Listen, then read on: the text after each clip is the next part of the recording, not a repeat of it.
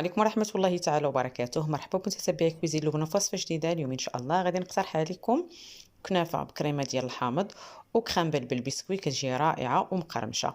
بالنسبة للأخوات اللي أول مرة يلتحقوا بالقناة تنقول لكم مرحبا بكم، وباش توصلوا بجديد القناة ما عليكم إلا تضغطوا على زر الاشتراك وتفعلوا جرس أسفل الفيديو. دوزوا دابا باش تعرفوا على الطريقة والمقادير ديال الوصفة ديال اليوم.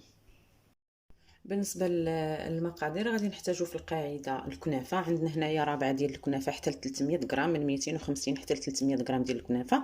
كناخذوها كنحلوها بحال هكا. ضروري الا كانت عندكم في الثلاجه يعني تجبدوها من قبل. غادي نحتاجو هنايا واحد نص كاس ديال الزبده نوازيت، يعني حتى كتولي ديك الريحه كتطلع وكيتبدل ليها اللون ديالها.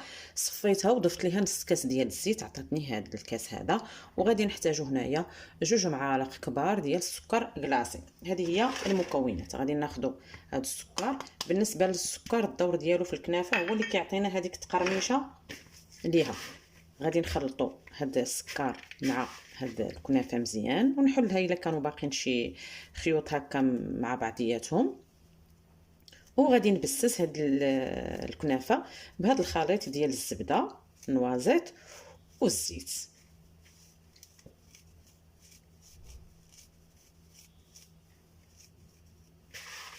راه الكنافه البنات تقدروا تاخذوها يعني وتبقى عندكم في المجمد واحد المده، ما كتجرى لها حتى شي حاجه. خصها غير تكون مسدوده، يعني البلاستيكه اللي تكونوا دايرينها فيها تكون مسدوده مزيان. ملي كتبغيوها يعني كتجبدوها من المجمد. هذه نيت راه كانت عندي يعني في الفريغو، ماشي شريتها جديده.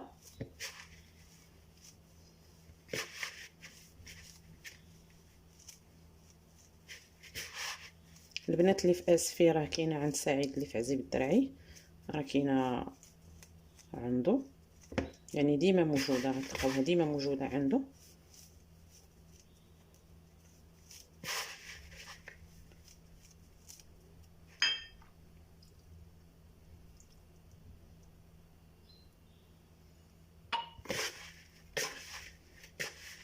غادي نبقى بحال هكا حتى نلبس هاد الخيوط كاملين بهذا الخليط ديال الزبده والزيت.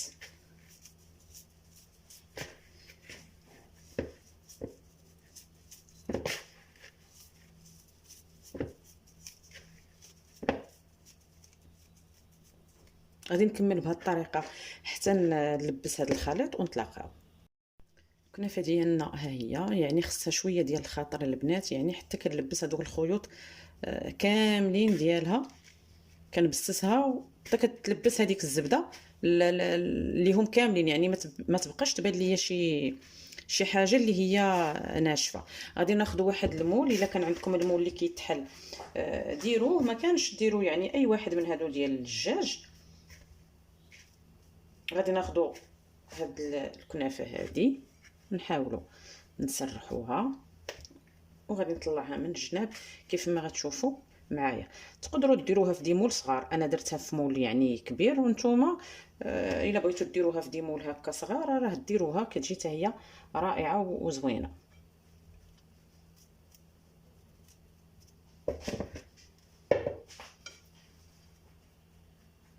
نحاول نطلع هذوك الجوانب بحال هكا.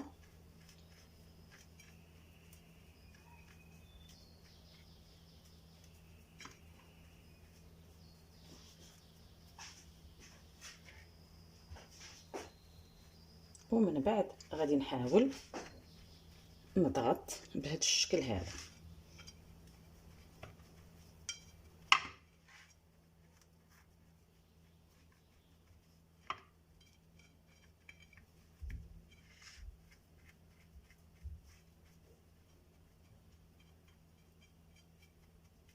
غادي نلبس هذا المول كامل ونتلاقاو.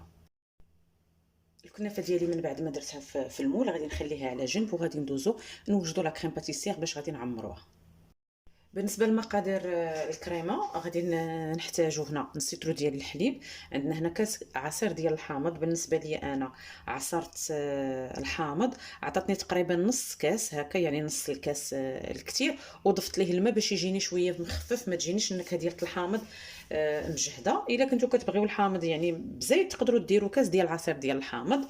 غادي نحتاجو هنا كاس ديال السكر سنيده. هنا عندنا علبه ديال الجبن، اي نوع ديال الجبن كاين عندنا ممكن نديروه. عندنا 3 المعالق كبار ديال النشا اولا ديال المايزينا، 3 ديال الاصفر ديال البيض، عندنا 80 غرام ديال الزبيب. الا كان كبير غادي نقطعوه، الا كان صغير بالنسبه لي انا ما قطعتوش لانه غير هذاك العادي يعني الصغير كنفزقوه من قبل وكنشفوه. وغادي نحتاجو قشور ديال حامضه. هذه هي المكونات ديال لا كريم باتيسير. غادي ندوزو مباشره للطريقه. غادي ناخذوا هذا الحليب نضيفوا ليه السكر سنيده، وغادي نضيفوا ليه هاد النشا، نخلطوهم مع بعضياتهم، وغادي نضيف ليهم البيض نحركهم، عاد غادي نديرهم فوق من البوطه. بالنسبه لهاد المكونات بربعه هادو غادي نخليوهم يعني حتى تعقد لا كريم باتيسير، عاد غادي نضيفوا هاد المكونات الاخرى.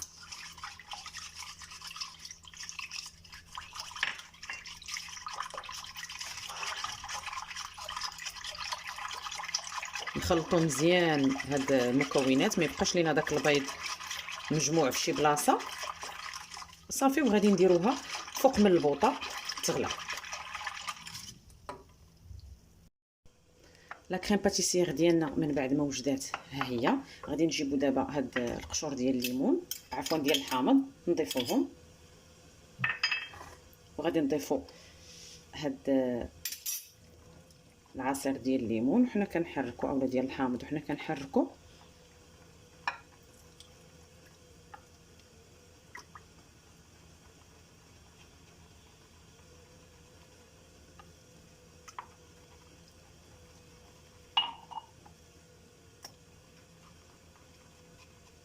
نضيفو هاد الجبن،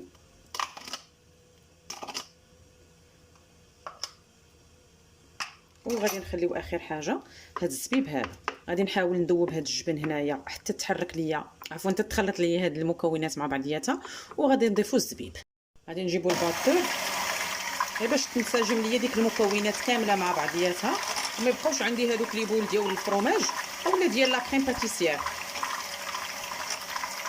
كتولي عندي واحد لا كريم اللي هي ليس بحال هكا، وغادي نضيفو ليها هاد الزبيب هذا.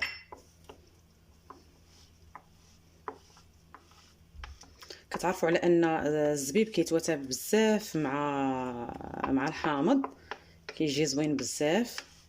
وهاد لا كريم البنات، لا كريم باتيسير هي واي نوع ديال الجبن كيجيو رائعين في البسبوسه. غادي نجيبو دابا المول ديالنا. لا كريم ديالنا ها هي واجده، غادي نخبيوها مباشره على هاد العجينه اولا الكنافه اللي عندنا.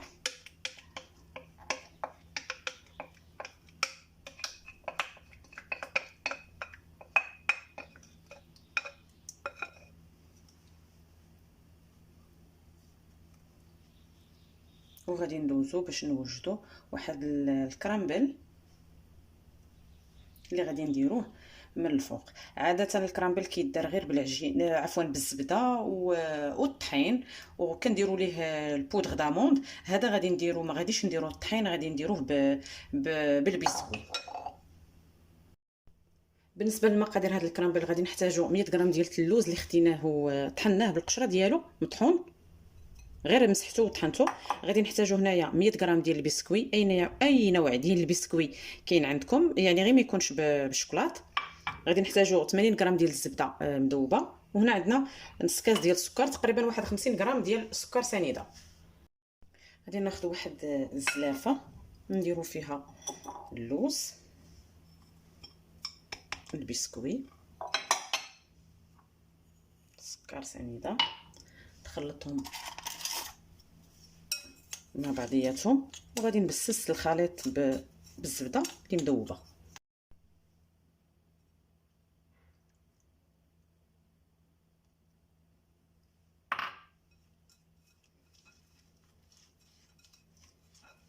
راه ما غاديش يتجمع، يعني غيبقى لينا هكاك مفرتت، غير هو كيكون لينا كيف ما ذكرت واحد الطبقه اللي كتكون مقرمشه.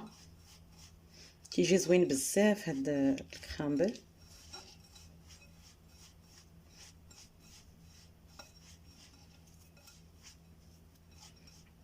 بالنسبه ليا انا البنات اللوز ما نيلتوش يعني بزاف، نقرب لكم تشوفوا، خليته شويه شويه يعني شويه غليظ، غير شويه ماشي مهرمش، ولكن يعني ماشي داك البودر اللي كتعرفوا.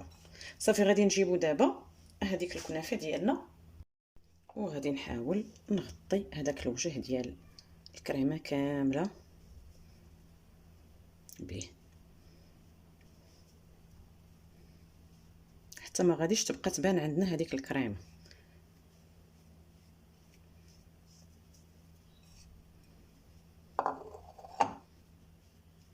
وغادي ندخلوها طيب على درجه حراره 180 حتى طيب هاد الكنافه وتحمر، وغادي نتلاقاو. من بعد ما كنوزع الكرامبل تيكون بهذا الشكل، راه غادي يبان لكم شويه كثير الا كنتو كديروا فيه، ولكن راه غير كنبقى حتى كنكمل هذيك الكميه كامله اللي عندي. غادي ندخلها كيف ما ذكرت الفران اللي كنكون سخنته من قبل على درجه حراره 180 حتى طيب وتحمر، ونتلاقاو. الكنافه ديالنا من بعد ما تحمرات هانتوما كتجي على هذا الشكل هذا. بالنسبه لهاد الجوانب انا هنا خديت حضرت واحد السيرو، درت كاس ديال الماء وكاس ديال السكر وطريف ديال الحامض حتى غلاو، وغادي نسقي غير الجوانب بهذا الشكل هذا، نمشيو غير مع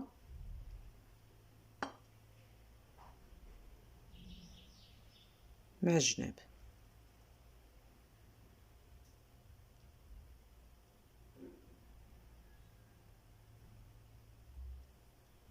وغادي نستناو عليها حتى تبرد، نتلاقاو باش نشوفوا الشكل النهائي.